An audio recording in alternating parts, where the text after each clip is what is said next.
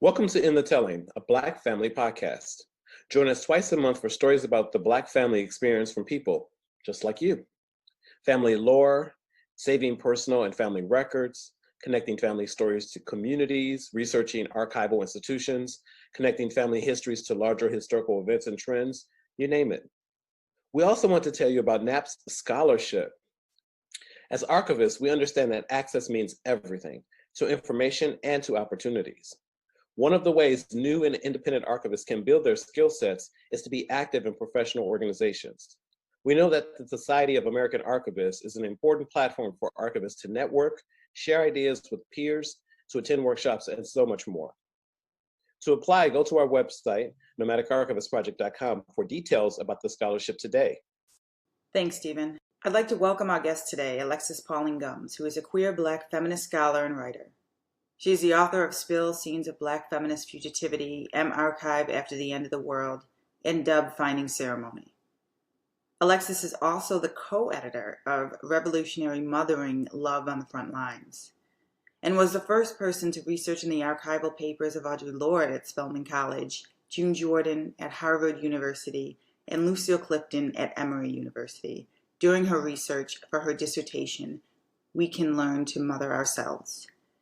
Alexis is currently the provost of the Eternal Summer of the Black Feminist Mind in Durham, North Carolina, and co-founder of the Black Feminist Bookmobile, Black Feminist Film School, and Mobile Homecoming Trust Living Library and Archive of Queer Black Brilliance. We are very happy to have you on the show with us today. Welcome, Alexis. Thank you so much for having me. Thank you for coming on. I'm really happy that you're here. I still remember when you were a graduate student, PhD student at Schaumburg, and you came in, and I was so happy that people were using the collection. Yes. It wasn't necessarily in its infancy, but it wasn't totally processed. And so it was great just having you there and loving on these wonderful people that we all need to love on all the time. So well, just grateful to you for being the keeper of those things that we need. So we're talking about your great-grandmother today, right? Yes. We're talking about your great-grandmother, Edith. And so one of the things that we like to do at Nomadic Archivist Project is to sort of take the person that we're having a conversation with back to a space in their memory. Say, we want to know when you first heard about your great-grandmother, do you know, can you trace that memory? The texture of it, the sound of it? Where were you then and who were you then? Yeah. So the first time that I really remember, I'm sure that I maybe had heard about her before this, but when I was interviewing my grandmother, Lydia May Gumbs, I was interviewing her in her kitchen at her house, Edge Grove Street, Edison, New Jersey. And yeah, we were in the kitchen. There are all kinds of things in the kitchen. There's probably food cooking at the time. We were literally sitting at the kitchen table. And I was just asking my grandmother questions about her life, and which I'm so grateful that I've recorded. Now my grandmother is with the ancestors, and that oral history is so priceless to me. The sound of her voice, so priceless to me. And so we were sitting there, and it's interesting because she said, who am I? I'm my mother and my father. And I didn't actually realize what it meant for her to say that at that time, because I came to learn that she actually did not particularly want to be like her mother or her father in the way that she understood them. But that what she was doing was she was actually taking responsibility for the fact that she was of them and that she was transforming legacy. And so the first things that she started to tell me about her mother were actually not very positive. She talked about how she felt her mother was always nervous and wanted everything to be perfect. And it was really hard to grow up in a household with a mother who she described as like neurotic, like really wanting everything to be just so. And she did tell me that her mother had suffered from mental illness, had passed away in a mental asylum. And she didn't tell me that much about the circumstances of that, but she did tell me that that was what inspired her. My grandmother is one of the founders of the Caribbean Mental Health Association. Wow. Okay. She was very passionate about awareness raising and actual conversations about mental health, especially in Afro-Caribbean communities, because of losing her mother in that way and seeing her mother struggle. So that was actually the first context in which I really heard my grandmother talk about her own mother. And yeah, it was impactful, but there also was an energy to it that I didn't ask that many more questions. You know, I sat with it, I continued to listen, and I'm kind of like my grandmother in this way, but she like immediately put it back into the community work, right? So like she talked about her experience. For her, she was like, and that's why it's so important in our community for us to do this work, and this is why for the association. Why, you know, she had traveled to DC to lobby around mental health resources. You know, this is what she translated it into, which she did with many of her life experiences, was really profound commitment to her community. Thank you. Did your grandmother have anything of her mother's that she could share with you? You know, she may have. She didn't share with me. I have this picture. So actually I have this photo album, and my grandmother's sister, my great aunt Elsie, made this for him. It's a little inscription to Clyde from Aunt Elsie. And I think she actually made it for him and all of his siblings one Christmas. She wanted them to have this photo album with our ancestors. So this is great grandmother Edith. Oh wow. Oh wow. I was hoping to see her. Yeah. She's so beautiful. And my Aunt Elsie wrote, "The eldest of the Henry flock was your grandmother," so that would be my father's grandmother, Edith May Henry, who married your grandfather, John Gibbs, who together had 7 children, which she underlined. I believe this photo was taken when she was about 26 years old. And she's just like, stunning. She's so beautiful. Stunning. Where was she born? Where did she live? She was born in Sandy Ground, New York. Which, are you all familiar with Sandy Ground? Sandy Ground in Staten Island was a historic Black community, and the people who founded that community were people who migrated from Eastern Shore, Maryland. Sandy Ground, they were oyster workers. And, there's a history, and historians that study the Underground Railroad study the history of Sandy Ground, because there was a lot of use of the oyster boats during the time of slavery for people to be able to escape. And then there was this particular moment in Eastern Shore, Maryland, because you know how it goes, because Black people were doing this work with the oysters. Of course, they made this law that Black people couldn't like own boats anymore. You know how they do. I do know how they do. Try to have white people have control of that industry. Well, that was a time of a major exodus. And so my ancestors moved from Eastern Shore, Maryland, and they continued doing oyster work, but they were doing it in Sandy Ground, which is a coastal community in Staten Island. And so my cousin Lois Mosley actually wrote a book about our family. It's called Sandy Ground Memories. Oh, that's fantastic. And so she did all of this research. She collected photos. She did all people about the community, and she has this family tree in here that has been so helpful to me. And this is actually my aunt's copy that she gave to me, signed by my cousin Lois Henry Mosley, who is also an ancestor now. So you have a legacy of literacy and storytelling and genealogy. And archiving and genealogy. Yes. Yes. Wow. Yes. Awesome. So, I was asking you about, one of the reasons why I asked you if you had anything from her, whether it was like a letter or a journal entry, because my grandmother also suffered from mental illness, and I've gone through her archive. And the way that other people remember her, especially her children, is very different. But the way that I see it, being able to actually read her thoughts, read her journals, read her writings, it obviously adds to the complexity of who she was, but it humanizes her in a totally different way, in a way that she never allowed herself to be human, even to me growing up with her. Yeah. Yeah, absolutely. I mean, I think there's so many layers, right? And so my entry point was my grandmother's own experience of loss. And then the other thing, just a lot of silence, because the way that she passed away and the fact that she died in a mental institution, right?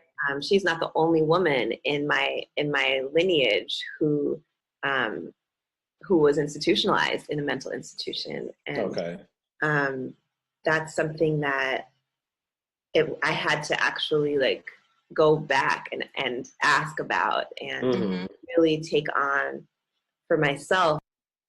I didn't think about her a lot until I started trying to kind of flesh out the family tree.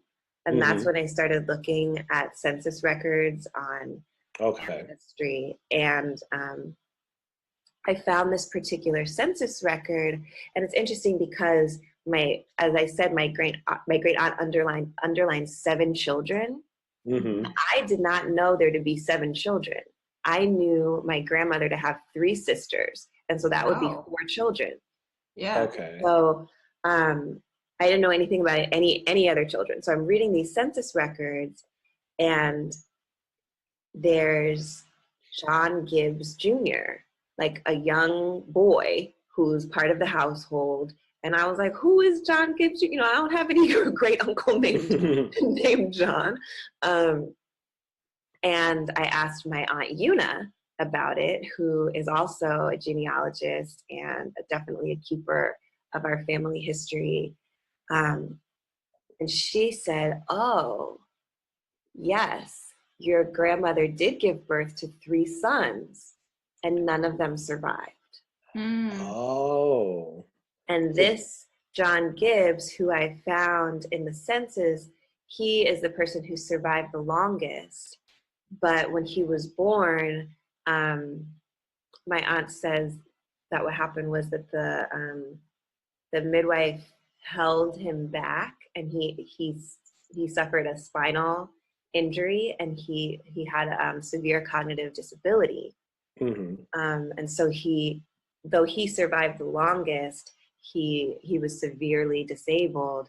And this becomes part of the story that I didn't know about my grandmother's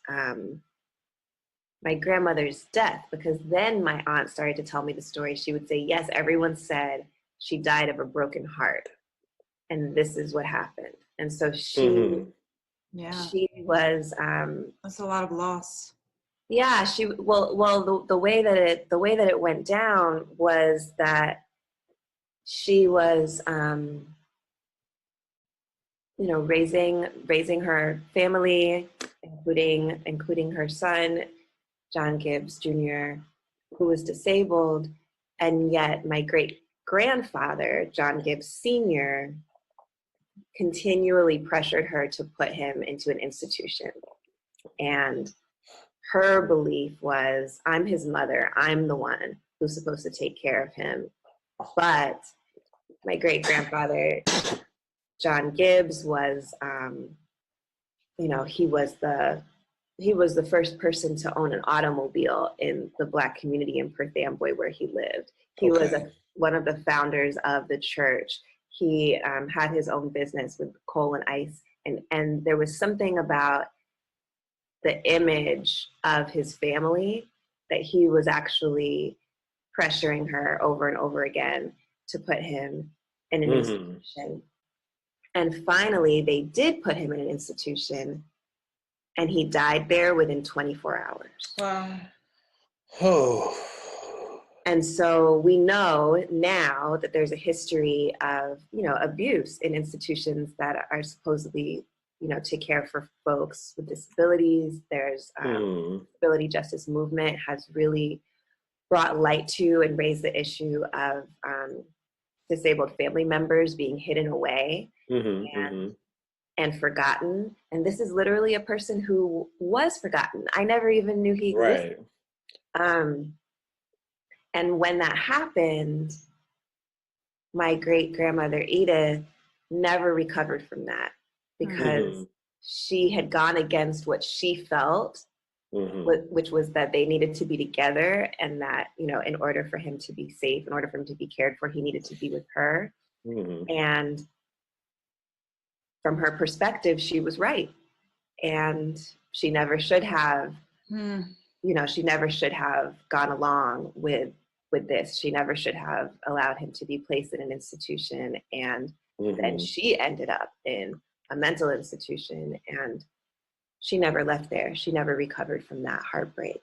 And so that was a really hard story to hold. And this was around the time that, that I was getting to know you, Stephen.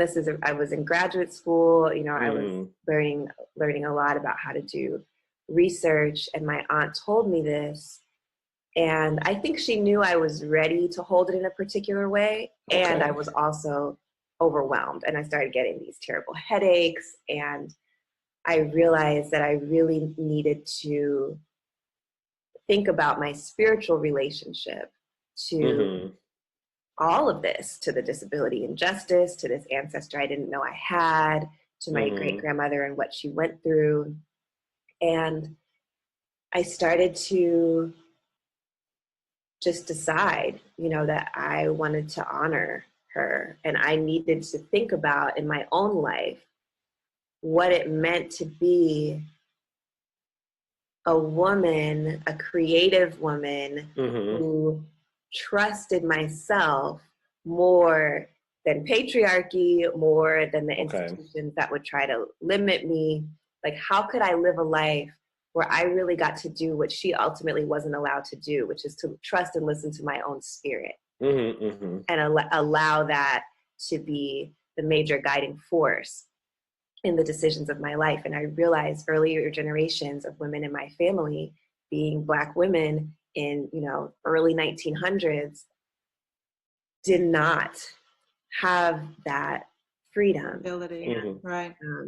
And I started to understand that it was actually the fact that they were spiritually powerful, that they were creative, that they were wanting to live their lives and even care for their families in ways that were seen as non-traditional, that was part of why they were sent away. And it really shifted my perspective, because I understood that though my great-grandmother Edith may have had what we understand to be mental illnesses at this time, she was also basically completely stressed out by living inside of patriarchy and living in a household with a person who cared so much about image and who, was controlling in particular ways. It now that I hear more stories over time, I think that it was an abusive dynamic that she was surviving in her relationship with my great-grandfather. And then that puts a different light on, she wanted everything to be perfect. She was nervous all the time. She was tense all the time. Right. Right. Yeah. It puts it in a completely different light than just, okay, this is just some person who's neurotic for no reason. Right. No, these different stories shaping who she is. Yeah. Absolutely. Yeah. Absolutely. How would anyone feel in a set of circumstances like that at that time? Right. So I was interviewing one of my godbrothers, and we were interviewing my aunt and uncle in Anguilla, neither of whom have had met great-grandmother Edith, but my uncle told this incredible story. So my uncle was a lawyer in New Jersey. Okay. And he shared an office with this other lawyer, and this woman is a feminist lawyer, and she basically, her cases were women who had been abused by their spouses. She was a person who advocated for them, and so she would be taking these cases to trial. And Okay. she asked my uncle to help in this particular circumstance. And so he went to this trial. There's this particular judge, like a white Polish judge who was known to be a misogynist, and it was like the worst, because he would be trying to have these women who were abused stay with the abusive husbands, and it was a very difficult situation. And my uncle thought he was probably racist, like just basically not the judge you hope to get if you're trying to have any justice. So he goes to the court, and the judge asks to see him in private chambers. And he's like, oh gosh, what's going to happen? He was like, this is Alan Gumbs. Alan Gumbs is the attorney. Come to my private chambers. So he goes to this man's private chambers. And in there, he says, Edith Gibbs, which would be her married name, Edith Gibbs was your grandmother? And he was like, my grandmother? Like, I don't know you. You're talking about my grandmother. And he was like, yes, I never got to meet her, but that's my grandmother's name.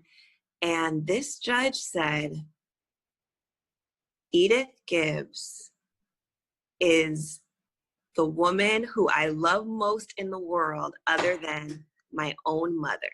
Wow. He said, when our family moved to New Jersey, we had nothing. And I would be the person who delivered the newspaper. Like as a child, he was delivering the newspaper to that neighborhood. And so he would be the person who delivered the newspaper to my grandmother's house. And he said every day she came out to get the newspaper, and she would give me something that she was baking in the kitchen. And she saved my life, because we were literally on the brink of starvation. And her acts of kindness are the reason that I'm alive, and her sweetness and her generosity. And he just went on and on and on about this grandmother that my uncle had never even met, but the impact that she had had. And so then this entire transformation happens, where this judge, who was not the judge you want if you're trying to get justice for women who have survived abuse, he starts, because in honor of my great grandmother, he starts seeing, from the perspective of these women, like they start winning the cases, and the women start actually being able to get the restraining orders they need, and they're able to get the divorces, separations, and protections that they need in order to be safe, from the judge who everyone thought was just the most, not the open-minded person who would support that. And I was like, what? And so, my uncle is telling me this story, and I'm like, okay, so the memory of the kindness of my great grandmother, who herself was surviving an abusive dynamic, ends up somehow working through this little boy who delivered the newspaper, who then becomes this judge, to actually help a totally different generation of women to be able to be safe in a way that she didn't get to be safe, like to survive in a way that she didn't get to survive. I was like, that's powerful. Wow. It's stunningly beautiful and impactful. Oh gosh. I know, in ways that she would never even know. Yeah. She would have this impact generations later. Yeah. Generations later. It's profound, just her kindness and recognition. And that is when I started to hear the stories of everyone would say, oh, she was the sweetest. Oh, she was the kindest person. Oh, her food that she made and when she baked, and you know, like, just they would go on and on about what a nurturing person she was. She was the oldest sibling, oldest daughter in her family. She raised some of her younger siblings, and you know, I have a cousin whose mother my great grandmother raised, and she talked about, you know, just how caring and loving and nurturing she is. So we get all the way from my grandmother's experience of, you know, my mother was tense and nervous and like wanted everything to be perfect, to then this other layer of, okay, that's who she was at a particular moment in her life, surviving a particular circumstance. But then there's also, and when she played the organ in the church, it was so inspiring, and what she did for our community with those community spaces, and even for strangers, or the boy who delivered the newspaper, you know, he would talk about this woman. Who was kind to her. Yes. Kind to him, yeah. And that years later, a descendant who would come in his courtroom. The circumstance, I mean, what I love about it is love survives, meaning survives, memory survives, and it transforms the way people see themselves or see other people. I also know that you have a wonderful poem about your great-grandmother. Oh, yes. From your new book, right? Yes, my new book. It's called Dub Finding Ceremony. It's an ancestral listening book, and it was actually, and this is Miranda, what I'm thinking about, because I don't have her journals and I don't have her letters, and I really, through the poetry, was trying to listen for, okay, well, what is her perspective? You know, like what would she say if she could talk to me directly? And so this poem is imagining that.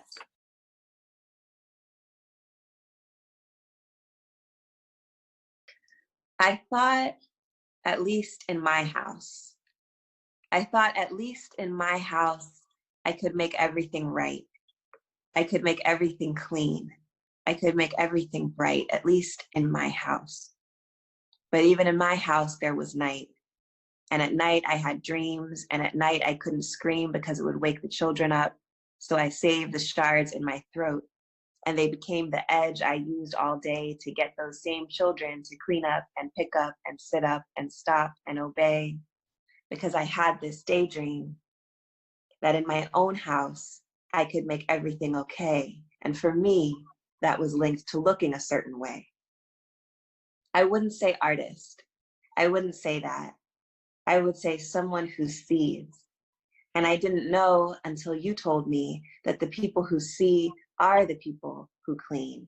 And the reflectiveness of the surfaces can be so seductive and be so mean, because I don't want to see all this.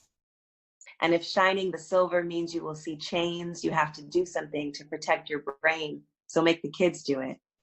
And if wiping the mirror shows you the hell of all your people and you don't know the spell, then yell about fingerprints. And if your fingers tap out codes that belong in elegiac odes, what can you do about that? But snap and point and chide and holler and play the piano and try to swallow what the hymns are showing you. And when the kids keep growing, you know even their faces bear traces that ghosts have been showing you too. No one knows what you're going through. I mean, no one knows what I'm going to do. And that's why the place is jumpy and quiet and shaking, but still. That's why my husband is afraid of the breath of my will, and why even though I married the coal man, my house still has a chill, and it's not okay, and I couldn't stay, so they sent me away. Play the songs with the blues women howling. Play the gospel of voices that crack. Play the stories and clean the whole house up. Scream your truth and invite me on back. Let the mirrors be oceans and swim them. Let the silver be unlocked key. Tell the children you love them and need them. Set me free. Thank you. Thank you so very much. That was beautiful. That was beautiful. I love everything about the poem, and I love the way that she gets to talk to us. Right now. Yes. Thank you for being a portal and a sensitive person and an engaged person, and open enough to be that facilitator. You know, that's awesome. where can we get your new book? You can get Dub Finding Ceremony anywhere that you buy books.